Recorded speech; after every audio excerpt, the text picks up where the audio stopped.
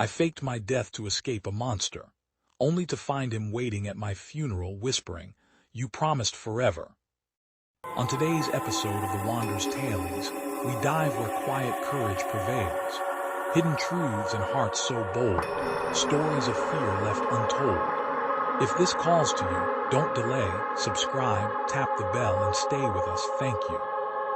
The marble floors of the Ikoyi mansion were always cold, no matter how much the Nigerian sun beat against the floor-to-ceiling windows. Amara moved through the sprawling rooms like a ghost long before she ever planned to become one, her footsteps silenced by hand-woven Persian rugs that felt more like quicksand than decor. Every piece of art on the walls, every delicate Benin bronze and contemporary oil painting, was a testament to Ilyas Vance's taste, his wealth, and his absolute possession of her. To the socialites of Lagos, she was the envy of the mainland, the beautiful, poised partner of the tech mogul who had revolutionized logistics across West Africa. But to Amara, the house was a panopticon where the security cameras didn't just watch for intruders, they tracked the rhythm of her breathing. Ilyas had a way of loving that felt like a slow-motion strangulation, a devotion so intense it bordered on the religious, where every deviation from his expectations was treated as a heresy that required correction.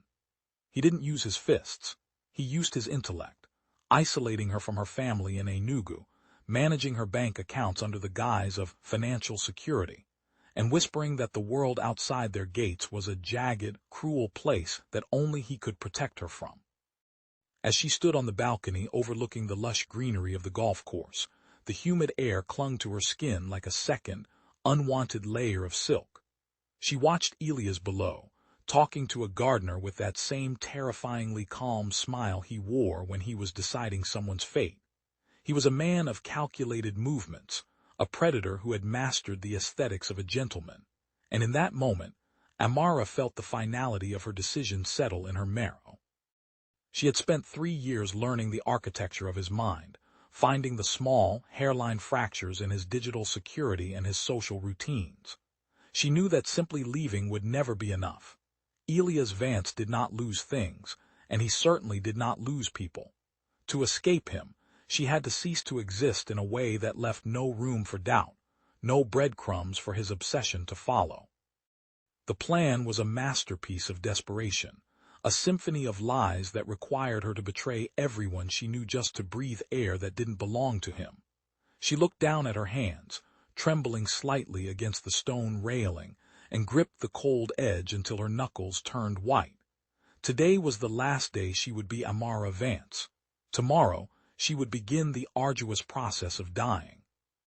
The air in the small, cramped office in Yaba smelled of stale coffee and the ozone of overworked hard drives. Amara sat across from Kola, a man whose reputation for making people disappear was spoken of only in the darkest corners of the Lagos tech scene. He wasn't a criminal in the traditional sense, but a digital architect who understood that in the modern age, a person was nothing more than a collection of data points, and data could be deleted. Around them, the walls were lined with flickering monitors showing everything from traffic feeds to encrypted server logs, a stark contrast to the opulence she had just come from. Amara laid out the folders she had spent months compiling, Ilyas' travel schedules, the blueprints of their Ilashe beach house, and the specific offshore accounts she had slowly siphoned from his secondary business ventures. "It has to be flawless," she whispered, her voice barely audible over the hum of a nearby cooling fan. "If there is a single footprint left behind, he will find me, and if he finds me, I won't just be brought back, I'll be erased for real."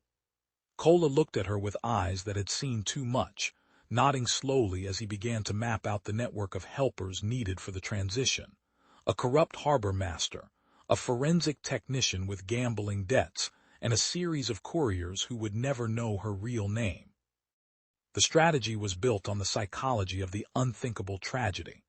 Amara knew that Ilyas' ego was his greatest strength and his most vulnerable weakness.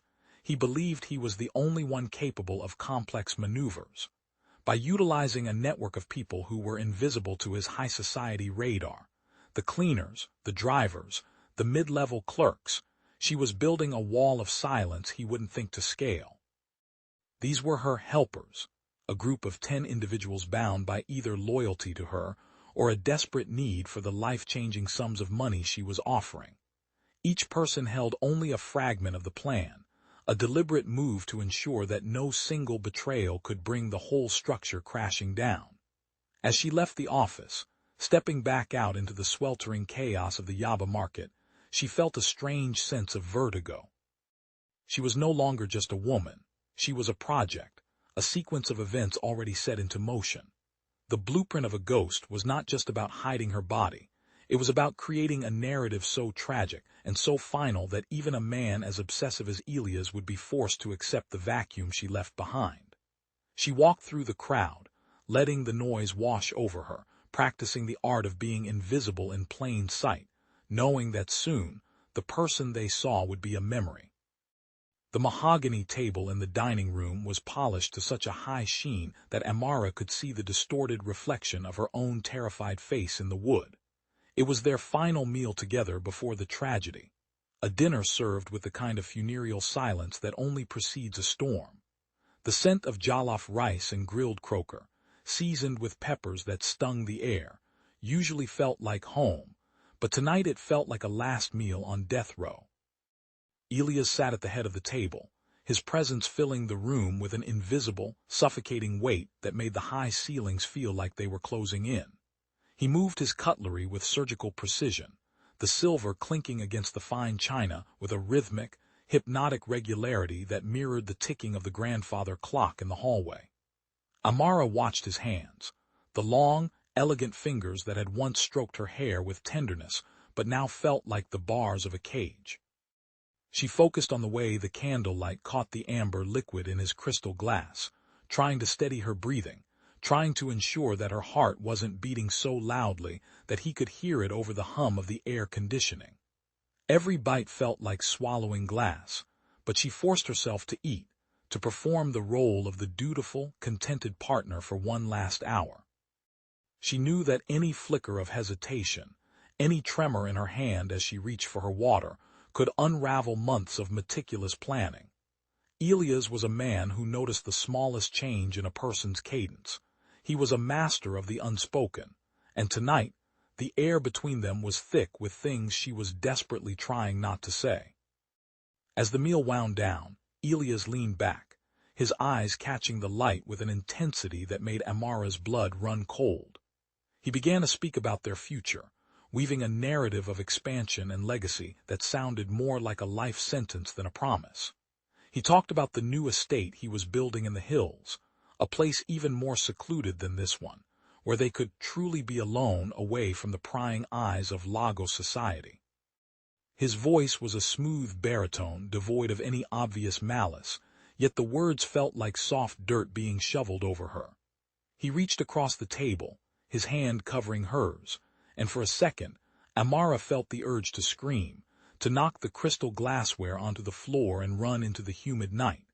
Instead, she forced a smile, a practiced mask of affection that had become her primary survival mechanism.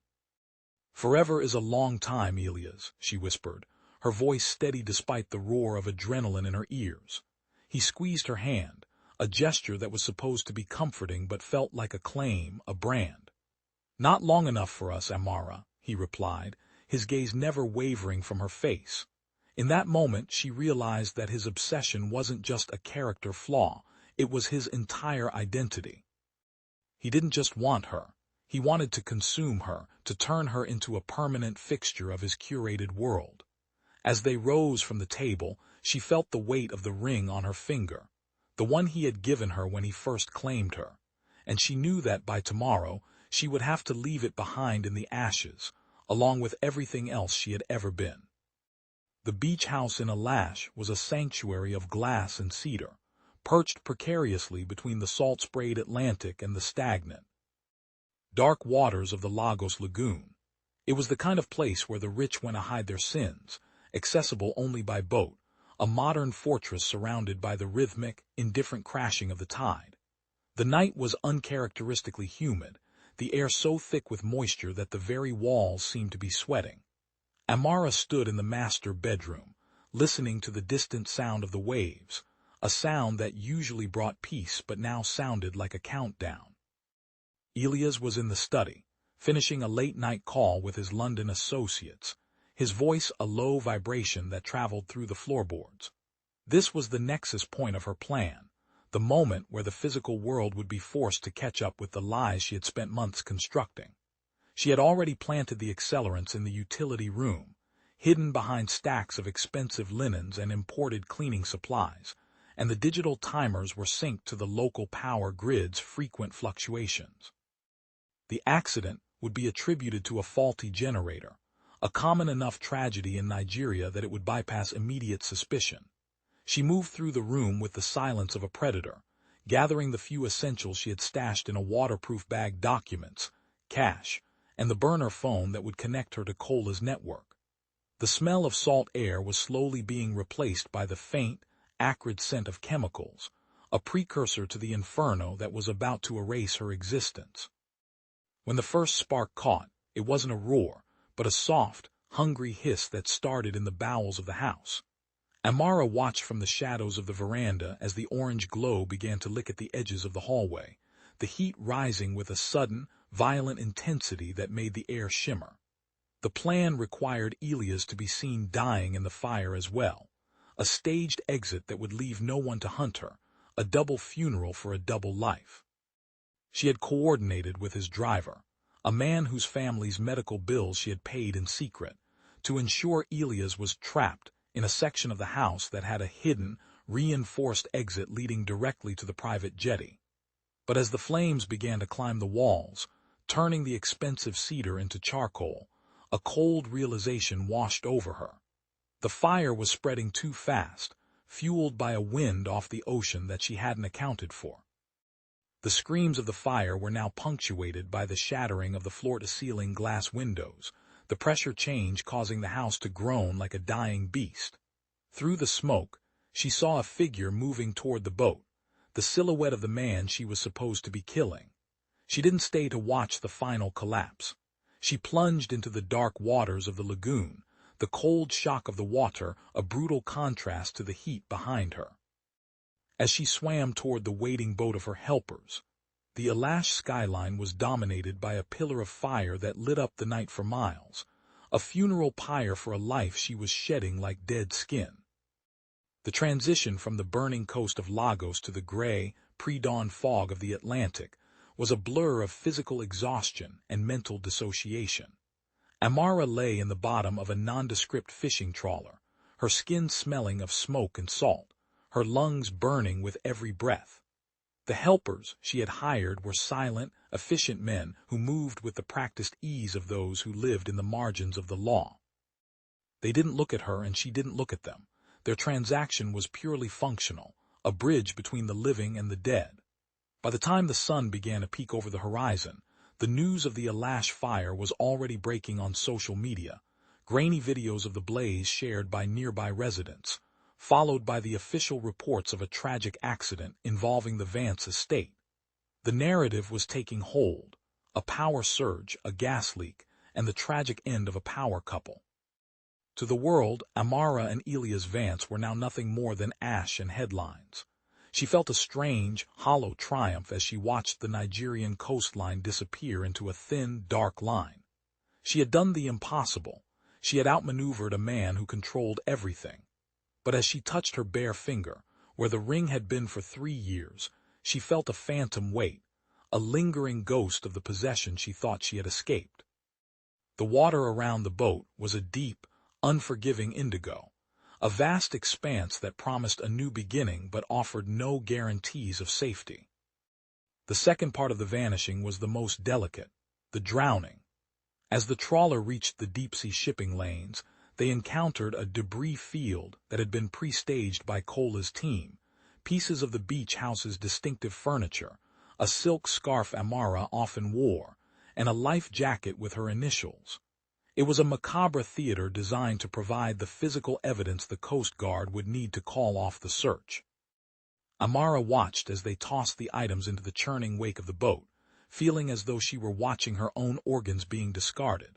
This was the finality of it, There was no turning back once the ocean claimed these fragments of her identity. She was moved to a smaller, faster vessel that headed west, toward the porous borders of the neighboring territories. Every hour away from Lagos felt like a year off her life, the tension in her shoulders slowly giving way to a bone-deep weariness. She was no longer a woman of status, a wife, or a socialite. She was a ghost in transit, a shadow moving across the map of West Africa. When they finally reached the outskirts of a small port town, she was handed a new passport, a Ghanaian document with a name she didn't recognize, Serwa Boateng. She looked at the photo, a woman with tired eyes and a determined jaw, and realized that the woman she had been was truly gone.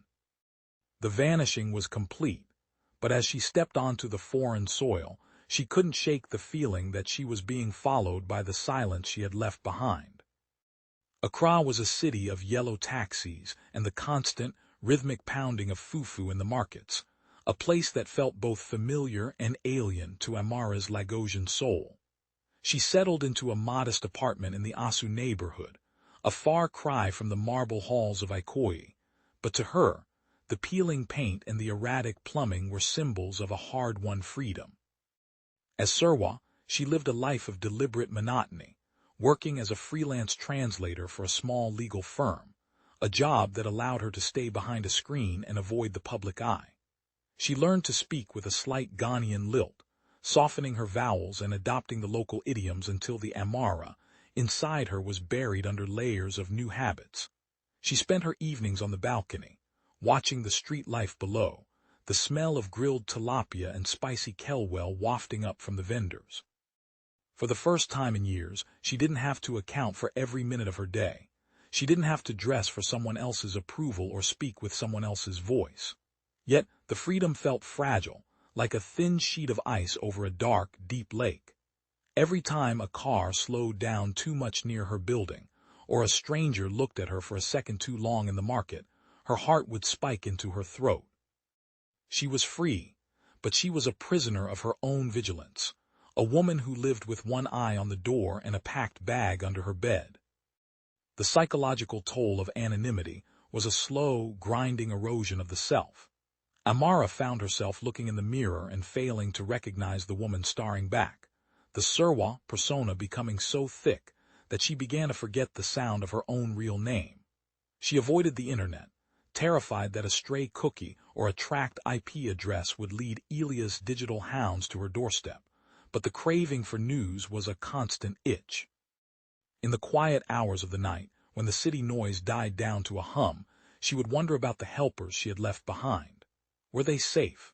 Had Elia's estate been settled? Did anyone mourn her? The isolation was a double-edged sword. It protected her, but it also hollowed her out, leaving her with nothing but the memories of a life she had burned to the ground. She began to realize that escaping Elia's was only half the battle. The real struggle was escaping the version of herself he had created. She was a woman built on secrets, and in the vibrant, open heat of Accra, she felt like a dark stain on a bright canvas. She tried to make friends, to build a new circle, but every conversation was a minefield of potential exposure. To know her was to risk knowing the truth, and the truth was a lethal commodity. She was a ghost trying to learn how to be human again, but the more she tried to live, the more she felt the weight of the death she had faked, a debt that the universe seemed determined to collect. The first sign that the walls of her sanctuary were thinning came on a Tuesday. A day so ordinary it should have been invisible. Amara was walking back from the market, her arms heavy with groceries, when she noticed a man standing across the street from her apartment building. He wasn't doing anything suspicious, just leaning against a lamp post, scrolling through his phone, but there was something about the stillness of his posture that didn't fit the frantic energy of Asu. It was a stillness she recognized, a professional, calculated patience that she had seen in Elia's security detail. She didn't look twice, forcing herself to maintain her steady, Serwa gait, but the air around her suddenly felt cold. When she reached her room, she didn't turn on the lights. She stood by the window, peering through the slats of the blinds, her heart hammering against her ribs like a trapped bird. The man stayed for an hour, never looking up, never moving, and then, as if on cue, he simply walked away and vanished into the evening crowd. It could have been a coincidence, a man waiting for a date, a local resident killing time. But in Amara's world, coincidences were just failures of intelligence. The peace she had carefully cultivated over the last 6 months shattered in an instant, replaced by the familiar, jagged edge of paranoia. Over the next week, the shadows began to multiply. She found a bouquet of white lilies, the flowers of mourning, on her doorstep with no card, their scent cloying and sickly in the heat. She started receiving phone calls from restricted numbers that would hang up the moment she answered, leaving behind only a heavy, rhythmic breathing that sounded like the tide. The most chilling moment came when she checked her email, an encrypted account she only used for emergencies, and found a single message with no subject line. It was a photo of her taken from a distance as she sat in a small cafe in East Legon. She was laughing in the photo, a rare moment of genuine emotion caught and frozen, but the caption underneath turned her blood to ice. Even ghosts need to smile. The realization hit her with the force of a physical blow. She hadn't escaped. The blueprint of a ghost had been compromised, or perhaps it had never been secret at all. Elias, or someone acting in his name, was playing a game of cat and mouse, letting her believe she was free only to savor the moment of the final trap. The walls of her apartment, once a refuge, now felt like the interior of a coffin. She spent the night sitting on the floor, a kitchen knife in her hand, watching the shadows dance on the ceiling, and wondering how much time she had left before the phantom at the door finally decided to knock. The invitation was delivered by a courier who looked entirely too official for the neighborhood, a man in a crisp uniform who insisted on a biometric signature for a legal document. Amara's hand shook as she pressed her thumb to the scanner, the device chirping with a clinical, mocking tone. The envelope was heavy, cream-colored cardstock with a familiar embossed crest that made her stomach turn, the Vance family seal. Inside was not a legal notice, but a formal invitation to a memorial service, her own. The text was elegant, scripted in a font that Elias had always preferred, announcing a final celebration of life for Amara and Elias Vance, to be held at the Cathedral of the Holy Cross in Lagos. It was a masterpiece of psychological warfare. By inviting Sirwa Boateng to the funeral of Amara Vance, her pursuer was acknowledging her new identity while simultaneously mocking it. The summons wasn't just a threat, it was a command. It was an assertion that no matter where she went, she was still under his jurisdiction, still a character in a play he was directing. The date was set for 3 days away, leaving her just enough time to make the journey back to the city she had fled in flames. The logic of the situation was a trap within a trap. If she didn't go, she would spend the rest of her life wondering when the axe would fall, living in a state of permanent, agonizing suspense. If she did go, she was walking straight into the lion's den, returning to the very place where her death had been staged. She sat in the dim light of her living room, the invitation mocking her from the coffee table. She thought about running again, fleeing deeper into the continent, changing her name once more, cutting off all ties. But she knew that the reach of the man behind this invitation was global. There was no corner of the earth he couldn't touch if he truly wanted to. The helpers she had used to escape were likely already compromised, their silence bought or broken. The invitation was an olive branch wrapped in barbed wire, a way to end the game on his terms. She looked at the photo of herself laughing in the cafe and realized that the only way to truly be free was to face the ghost that was haunting her. She would return to Lagos, not as a victim, but as a witness to the end of her own story. She began to pack her bag, her movements slow and deliberate, the fear replaced by a cold, hard resolve. She would go to the funeral. She would see who was waiting in the pews, and she would finally learn if the man she had tried to kill was truly dead, or if he had become something far more dangerous. Returning to Lagos was like stepping back into a fever dream that refused to break. The heat hit her the moment she stepped off the plane at Murtala Muhammad International Airport, not just the temperature, but the sheer, vibrating intensity of the city's soul. Amara wore a heavy wig, dark glasses, and a conservative linen suit that made her look like any other grieving relative arriving for a high-society funeral. She navigated the chaos of the arrivals hall with her heart in her throat, every welcome back, ma from a porter sounding like a hidden accusation. The city had moved on in her absence. New skyscrapers were clawing at the smoggy sky, and the traffic on the third mainland bridge was just as unforgiving as ever. As the taxi took her toward the heart of the city, she saw billboards for Elias companies, his face staring down with that same impenetrable, stoic gaze. It was as if he had become a god of the city, his presence woven into the very infrastructure of the place she had tried to burn. The air smelled of diesel, exhaust, and the salt of the lagoon, a sensory cocktail that triggered a cascade of memories she had fought to suppress. She checked into a small, anonymous hotel on the mainland, staying far away from the familiar haunts of Victoria Island and Ikoyi, watching the city lights flicker like a million watching eyes. The night before the funeral was a vigil of the damned. Amara sat by the window of her hotel room, looking out over the sprawl of Lagos, realizing that she was a stranger in her own life.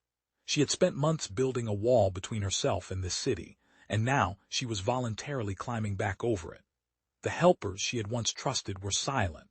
None of them had answered the emergency pings she had sent out.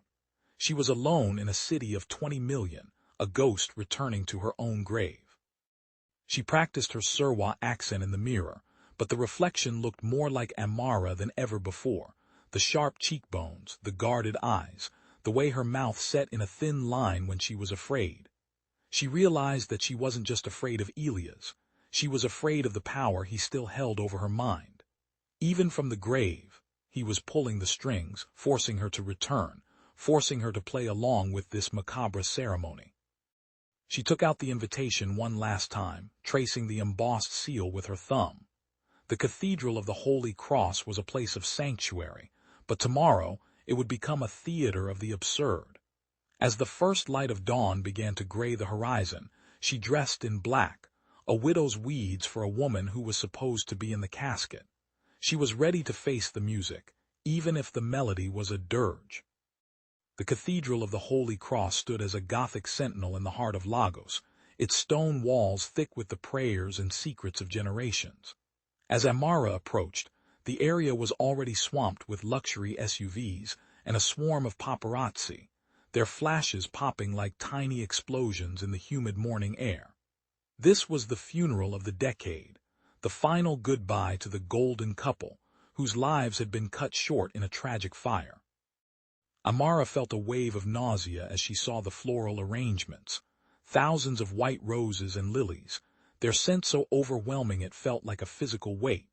She moved through the crowd, her head bowed, her identity hidden behind a black lace veil that felt like a shroud.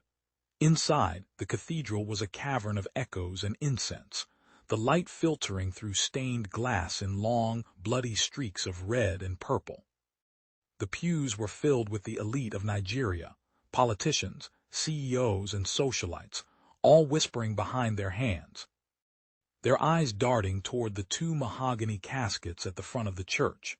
The air was thick with a performative grief, a social ritual where the status of the deceased was measured by the cost of the ceremony. Amara found a seat in the far back, tucked into a corner where the shadows were deepest, her pulse a frantic drumbeat against her ribs.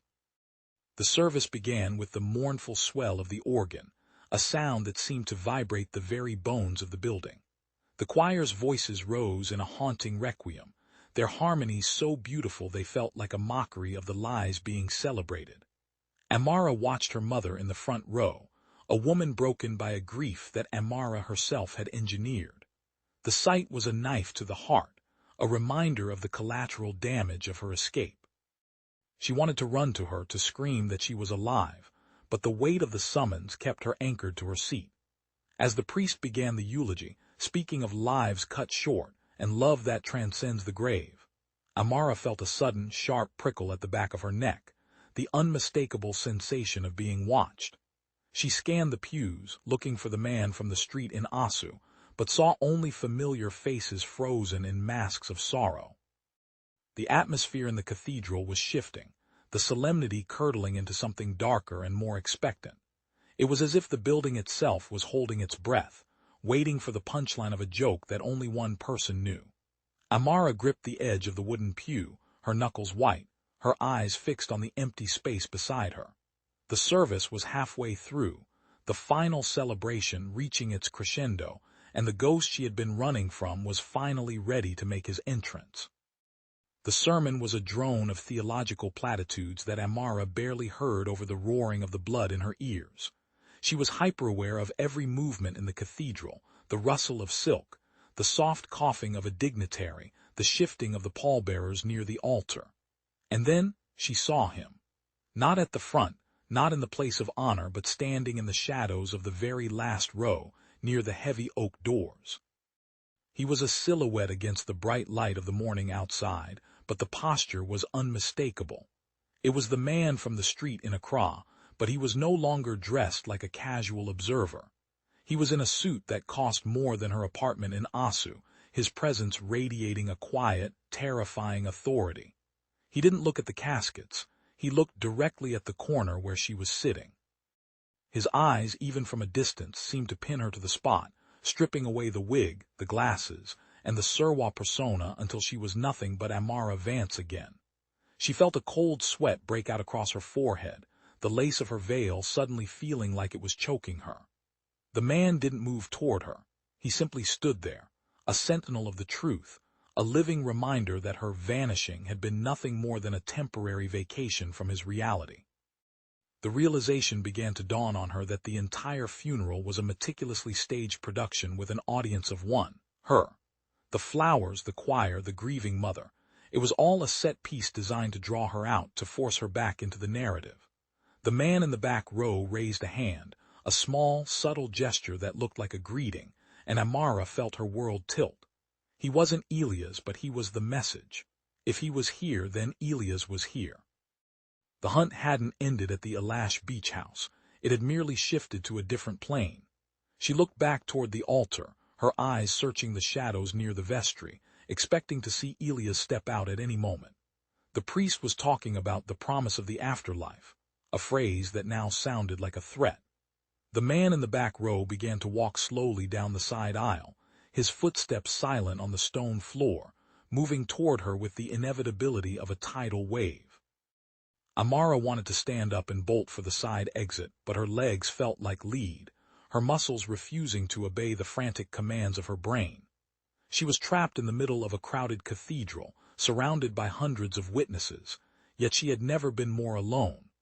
The man stopped 3 pews away, his gaze never wavering, and as he reached into his jacket, Amara prepared herself for the end, her heart stopping in anticipation of the final blow. The man didn't reach for a weapon. He reached for a small, velvet-lined box, and then he stepped aside. In his place, a second figure emerged from the deep shadows of the pillar beside her. It was a movement so fluid and silent that it felt like a trick of the light, until the figure sat down in the empty space right next to her. The scent hit her first, a mixture of expensive sandalwood and the faint, metallic tang of the Lagos lagoon. It was the scent of her nightmares. Amara didn't turn her head. She couldn't. She stared straight ahead at the priest, her vision blurring as the world began to spin. A hand, cold and familiar, reached out and took hers, the grip firm and possessive. She felt a sharp, metallic pressure against her ring finger as a band of cold gold was slid back into place, the same ring she had left in the ashes of Ilashe. The touch was electric, a jolt of pure terror that paralyzed her vocal cords. She wanted to scream, to stand up and denounce the monster sitting beside her, but the sheer audacity of his presence stole her breath. Elias Vance leaned in, his lips brushing against the edge of her veil, his voice a low, melodic whisper that cut through the choir's final notes like a razor. "You promised forever, Amara," he whispered, the words vibrating against her skin. "Did you really think a little fire and water could change that?" His hand didn't let go. It tightened, his thumb tracing the line of her knuckles with a terrifying tenderness. Amara felt the world shrinking until there was nothing but the two of them in a sea of mourners who had no idea they were sitting next to two ghosts. The ring felt like a brand, a burning weight that signaled the end of her rebellion and the beginning of her permanent incarceration. She looked down at their joined hands, seeing the gold glinting in the dim light of the cathedral, and realized the true scale of her failure. He hadn't just found her. He had allowed her to think she was free just to show her how absolute his control really was. He was smiling. She could feel it, a calm, triumphant expression that was more terrifying than any display of rage. As the priest reached the end of the service and invited the congregation to stand for the final blessing, Elias stood with her, his arm linked firmly through hers as if they were a couple at a wedding rather than a funeral. The trap had closed, and as the first notes of the recessional began to play, the real horror was only just beginning. The gold band felt like a circlet of liquid nitrogen, searing through the skin of her ring finger and freezing the marrow beneath. Amara stared down at her hand, her vision tunneling until the only thing in existence was that glinting, mocking metal, the very same cartier d'amore she had pried off her finger with a mixture of bile and relief in the burning ruins of the Ilashe house. Beside her, Elia's presence was a physical pressure, an atmospheric weight that seemed to suck the oxygen out of the cavernous cathedral. He sat with a terrifying, predator-like stillness, his hand still enveloping hers, his thumb tracing the blue veins of her wrist as if he were checking for a pulse he already knew he owned.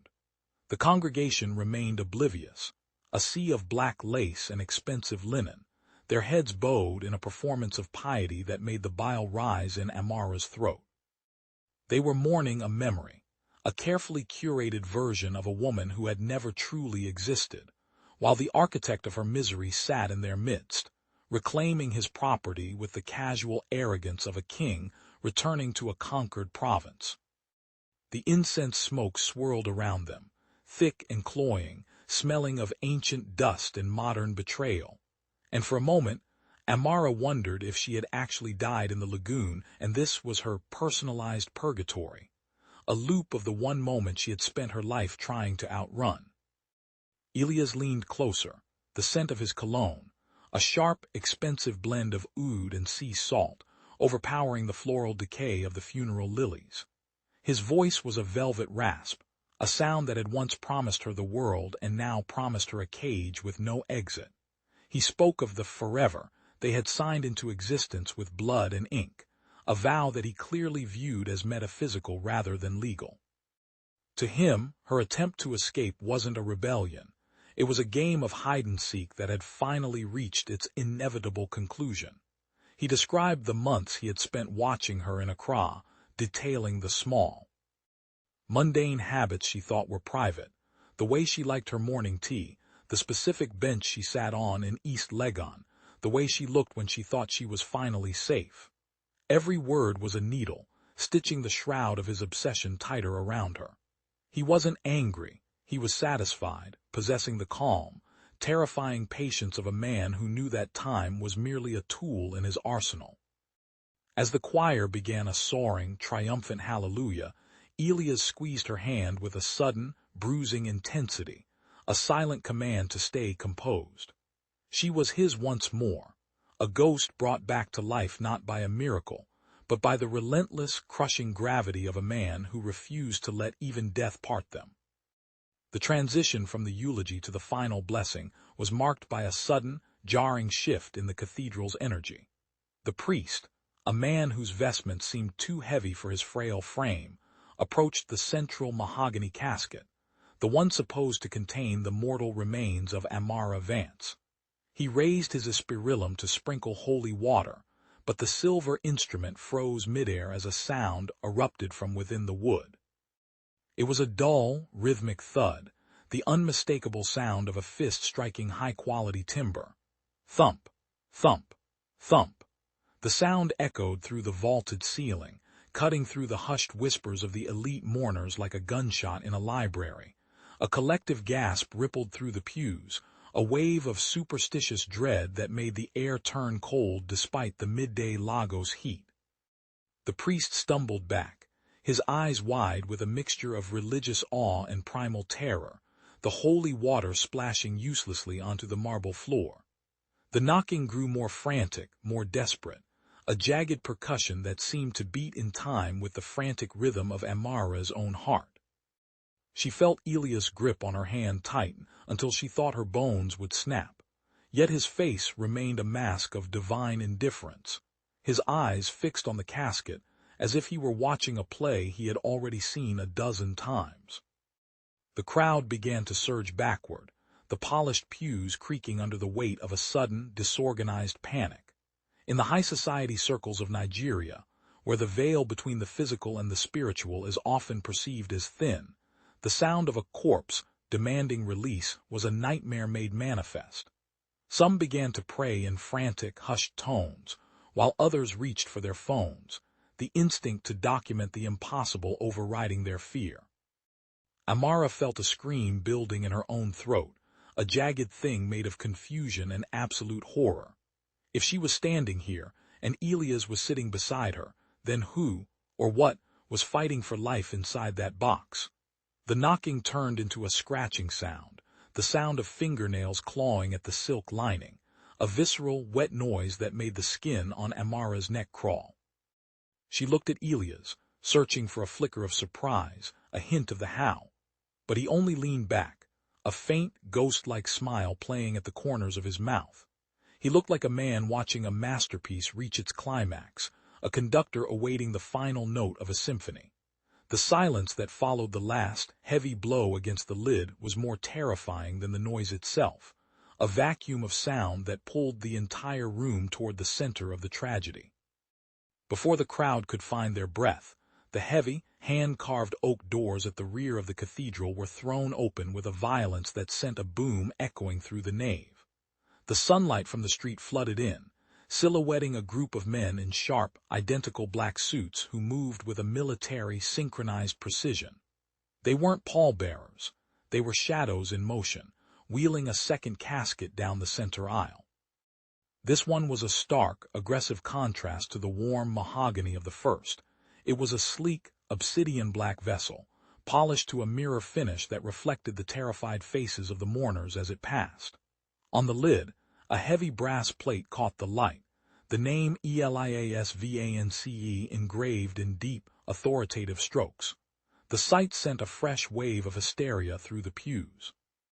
Amara's mother, a woman who had been holding onto a fragile dignity, let out a gut-wrenching wail before collapsing into the arms of her relatives, her mind unable to process the presence of two caskets for a man and a woman who were supposed to be ash in memory. The second coffin was brought to a halt directly parallel to the first, creating a dark, symmetrical altar of death at the foot of the priest. The arrival of the second casket felt like the final closing of a trap. Amara watched, paralyzed, as the men in black stepped back, standing like sentinels around the two boxes. The juxtaposition was horrific. The woman who was knocking from the inside, and the man who had just arrived in a box of his own, while the real versions of both stood in the shadows of the back row. The air in the cathedral was now thick with the scent of ozone and something metallic, like the smell of a coming storm.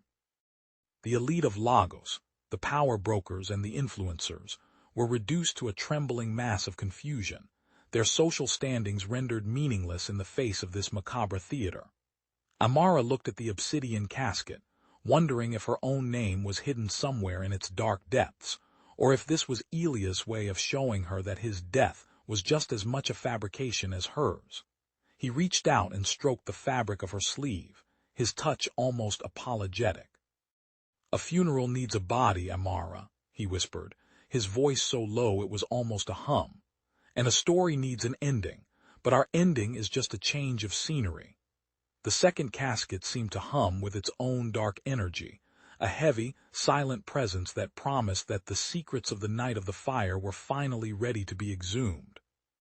The rhythmic blue and red flashes of police lights began to pulse against the stained glass windows, turning the depictions of saints into strobe-lit demons. A phalanx of officers, led by a man whose face was a map of Lagosian grit, Detective Akoro, marched into the cathedral, their heavy boots loud against the marble. The crowd parted like the Red Sea, fear of the supernatural replaced by the sharp, cold reality of the law. Akoro didn't look at the caskets. He looked at the congregation with the weary eyes of a man who had spent 30 years looking at the wreckage of human ambition. He reached the altar, gestured for the choir to cease their aimless humming, and produced a folder of forensic reports. His voice, amplified by the cathedral's acoustics, was flat and final. "Ladies and gentlemen, I am here to clarify the events of the Ilashe fire," he began, his gaze sweeping the room but never quite landing on the back row. "Based on the dental records and DNA fragments recovered from the site, we have officially confirmed the death of Elias Vance. He died of smoke inhalation before the structure collapsed. There is no doubt. The man you knew is gone." The proclamation should have been a release, a finality that allowed the world to move on, but in the context of the room, it was a terrifying paradox. Amara felt the heat of Elias' body beside her, the steady rise and fall of his chest, the grip of his fingers, a living, breathing contradiction to the detective's official truth. The cognitive dissonance was a physical pain in her temples. If the police had the body, if the science was settled, then who was this man holding her hand? Was she losing her mind? Had the trauma of her escape finally fractured her reality into a hallucination she couldn't escape? She looked at the detective, wanting to scream, to point, to demand an explanation for the ghost sitting in the pews. But as she looked around, she realized the police weren't looking for a living Elias. They were looking at the caskets as if they were evidence in a crime that hadn't been fully understood. The truth had been bought, sold, or manufactured so perfectly that the living man had become invisible to the system. Elias leaned in, his breath hot against the veil of her hat. "The law is a story we tell to keep the small-minded people quiet," he whispered. "In this city, you can be dead and buried and still be the one holding the shovel." As the detective finished his statement, a heavy, expectant silence fell over the cathedral, the kind of silence that precedes the collapse of a dam. Elias didn't flinch. He didn't try to hide his face or slip away into the shadows. Instead, he did something far more terrifying. He smiled.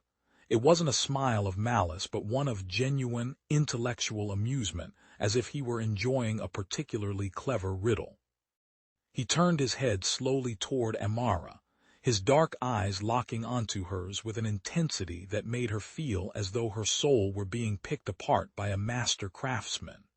The crowd was still reeling from the police announcement, the murmurs of ghosts and spirits rising like steam, but Elias was focused only on her. He leaned in, his lips inches from her ear, the proximity so intimate it felt like a violation.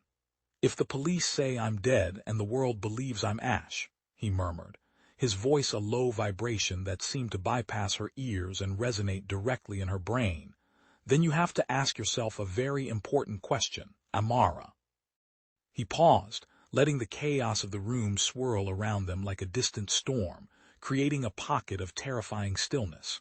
"If I have been dead all these months, if I was never the one following you in the markets of Accra, if I wasn't the one sending the lilies to your door, then who have you been running from?" The question hit Amara with the force of a physical blow, a sudden, jagged tear in the fabric of her reality. She thought of the shadows in Asu, the heavy breathing on the phone, the feeling of eyes on her back every time she crossed the street. She had attributed every moment of her fear to Elias, assuming his reach was infinite and his obsession eternal. But if he was truly dead to the world, if he had been hiding in the same shadows she was, then the monster she had been fleeing was a phantom of her own making, or something far worse. The curiosity gap he opened in her mind was a void that threatened to swallow her whole. In that moment, she realized the true depth of his cruelty. He hadn't just reclaimed her. He had made her doubt her own sanity, making her believe that the entire world was a predator, and he was the only sanctuary left. The mahogany casket, the one that had been knocking, suddenly gave way with a violent, splintering crack.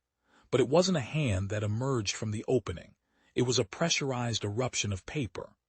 Thousands of glossy photographs began to spill out, caught in the draft of the cathedral's air conditioning, fluttering through the air like the wings of 1,000 mechanical birds.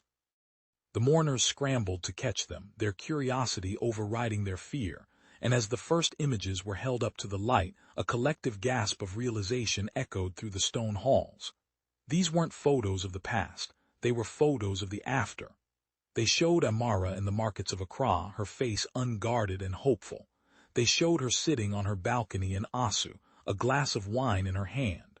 But in every single frame there was a second figure. It was Elias, his arm draped around her shoulders, his lips pressed to her temple, his hand holding hers as she slept. The photos depicted a life of intimacy and shared survival that Amara had no memory of living. The evidence was undeniable and yet impossible. In the photos, they looked like a couple deeply in love, enjoying the anonymity of their new life in Ghana, blissfully unaware of the death they had left behind. But Amara knew she had been alone. She knew she had spent those nights in terror, clutching a kitchen knife and staring at the door. As the photos settled on the floor, covering the marble in a carpet of their secret life, the crowd realized the truth. The funeral wasn't a mourning of the dead, it was a public unveiling of a lie. The photos were the proof that her so-called death had been a shared performance, a narrative that Elias had co-opted and rewritten before she had even finished the first chapter. He had documented her freedom and turned it into a prequel for their reunion. The evidence of survival wasn't for the police or the public, it was for her. It was his way of saying that even when she thought she was alone, she was with him. Her mind reeled as she looked at a photo of them kissing on a beach she didn't recognize, her own face in the image wearing an expression of pure, unadulterated devotion. He hadn't just captured her body, he was claiming her history.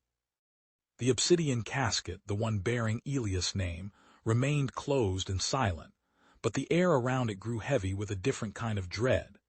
Elias stood up, drawing Amara with him, his hand a shackle of warm flesh and cold gold. He walked her toward the altar, toward the two boxes that represented the end of her old life. The crowd fell back, the detective and his officers frozen in a state of confused inaction as Elias addressed the room. His voice was no longer a whisper. It was a proclamation that carried to the furthest corners of the cathedral. "You all came here to witness an ending," he said, his gaze sweeping over the faces of the helpers she had recruited, the harbor master, the tech architect, the driver, all of them sitting in the middle pews, their faces pale with the realization of their own doom. "But you didn't understand that a sacrifice requires more than just fire and water. It requires a clean slate." He gestured toward the obsidian casket. "This funeral isn't for me, and it isn't for Amara. It is for everyone who thought they could help her escape the inevitable. It is for those who took her money and promised her a life that didn't belong to her." The heavy lid of the black casket began to slide open, powered by a silent, hidden motor. As it revealed its contents, a wave of nausea swept through the front rows. It wasn't a body but a collection of personal effects, watches, rings, wallets, and things much darker, much more visceral that belonged to the 10 people who had helped her vanish. It was a mass grave for the architects of her freedom. The realization hit Amara with the force of a tidal wave. Elias hadn't just found her. He had systematically hunted down and erased every single person who had crossed him by helping her. The funeral was a purge, a public display of the price of betrayal. She looked at Kola, the man from Yaba who was sitting 3 rows back, his eyes wide and vacant as he realized his disappearance was about to become permanent. The real sacrifice wasn't her life. It was the world she had tried to build without Elias. The sound of sirens grew louder, a cacophony of urgency that seemed to be closing in from every direction. The police, the military, the final cleanup crew of a city that was about to witness a massacre or a miracle. Amara stood at the center of the chaos, her hand in the hand of the man who had turned her life into a gothic horror story. She looked at the photos on the floor, the black casket of her friends, and the man who smiled at her with a love that was indistinguishable from hate. She realized then that there was no outside to run to. The world was Elias' mansion, and she was simply moving from one room to another. The fear that had defined her for months suddenly curdled into something else, a dark, jagged acceptance, a realization that if she was to be a ghost, she might as well be the one who haunted the halls. She looked up at him, her eyes clear for the first time since the fire in Ilashe. As the doors of the cathedral were kicked in by a second wave of authorities, and the light of the real world threatened to intrude on their private theater, Amara reached out and pulled Elias closer. She leaned in, mirroring the way he had whispered to her, her lips brushing the shell of his ear. "We were always meant to die together, Elias," she whispered, her voice a steady, terrifying calm. "But you forgot one thing. If you bring me to hell, I'm not going to be your prisoner. I'm going to be the one who keeps the fire burning." She kissed him then, a kiss that tasted of salt, smoke, and the finality of a death pact. As the sirens reached a crescendo and the first tear gas canisters began to hiss on the marble floor, she whispered the final words of their story. "Then let's start our new life in hell."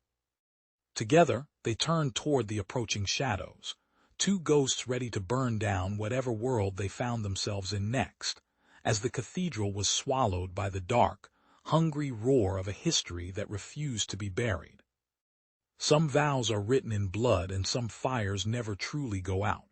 If you survived the descent of Amara and Elias, hit that follow button and comment hell for the secret breakdown of those photos. Would you have kissed him back or fought to the end? The abyss is waiting. Let's talk in the comments.